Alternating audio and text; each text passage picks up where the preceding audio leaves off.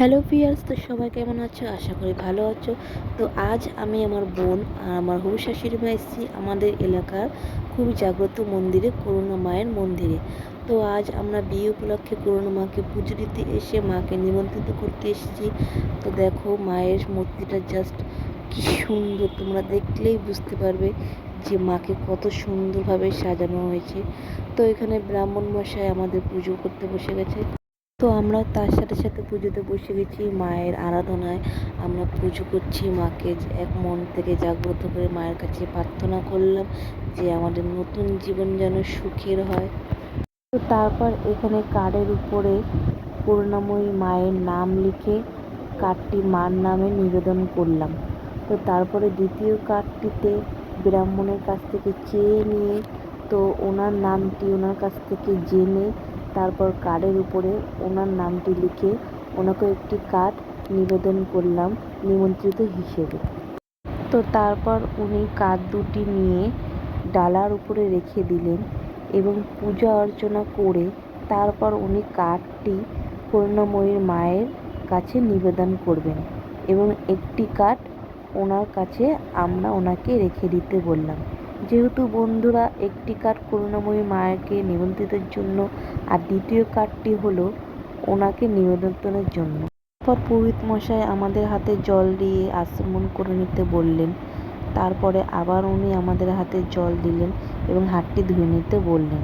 তারপর আমার হবু শাশুড়ি মার হাতে জবা ফুলের মালাটি পুরোহিত মশাই তুলে দিলেন এবং তারপর একে একে আমাদের সবার হাতে পুরোহিত মশাই ফুল দিলেন।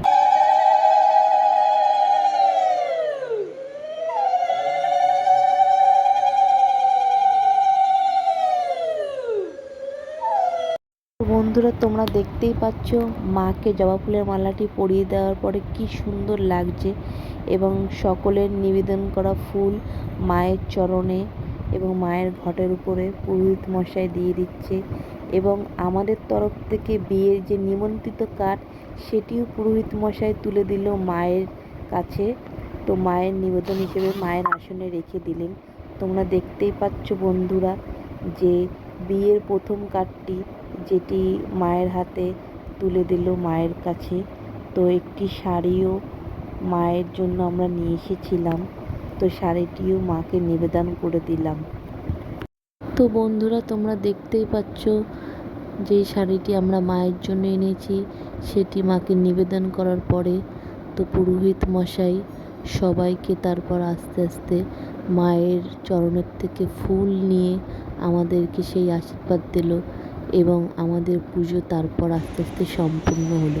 তারপর আমি একটু ঘন্টা বাজিয়ে নিলাম। তারপর বন্ধুরা আমরা আস্তে আস্তে বাইরে বেরিয়ে এলাম এবং বাইরে বেরিয়ে এসে দেখলাম বৃষ্টি পড়ছিল। তো বৃষ্টিটা এখন বন্ধ হয়ে গেছে। তো তারপর বন্ধুরা আমি আমার শ্বশুর মশাই আমার শাশুড়ি মার জন্য ওয়েট করছিলাম। তো তারপর শাশুড়ি মাও আস্তে আস্তে বাইরে বেরিয়ে আসলেন।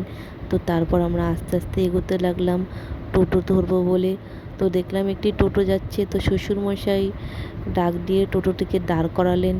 তো তারপর টোটোর জন্য আমাদের বেশিক্ষণ ওয়েট করতে হয়নি। তো তারপর টোটোতে আমরা আস্তে আস্তে উঠে পড়লাম।